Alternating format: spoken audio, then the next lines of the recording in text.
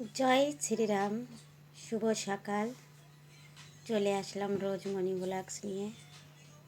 সাথে থাকবেন, পর্বটা ভালোই লাগবে।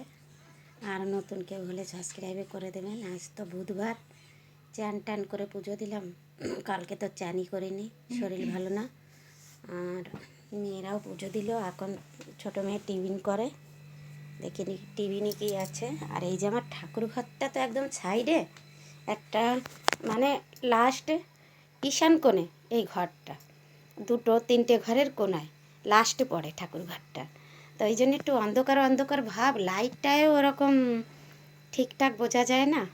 তা ঠাকুর ঘরে চলে আসলাম, ঠাকুরকে আপনাদের দর্শন করাই। আমরা হরিচাঁদ ঠাকুরের দীক্ষিত।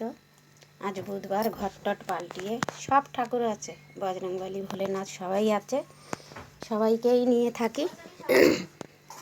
এই যে ঠাকুর ঘরে পুজো টুজো দিয়ে মেয়ে টিফিন করে নিয়ে আসলো, ডাকছে, দেখি কি করলো। এই যে রুটি আছে আর আলু ভাজা পড়ে আছে ফ্রিজে, সব বের করে নিলাম, এগুলো খেয়ে শেষ করি। এই যে কালকের ফুলকপি, সব কালকেরই জিনিস পড়ে আছে। এই যে লাল শাক ভাজা, এই খাওয়া দাওয়া করব। সকালে টিফিন না করলে আমি পারি না, সকালে আমার একটু টিফিন করাই লাগে। আমার শরীরটা এত বাজে হচ্ছে বলার মতন না। নিয়ে চা আনুক, চা খাবো।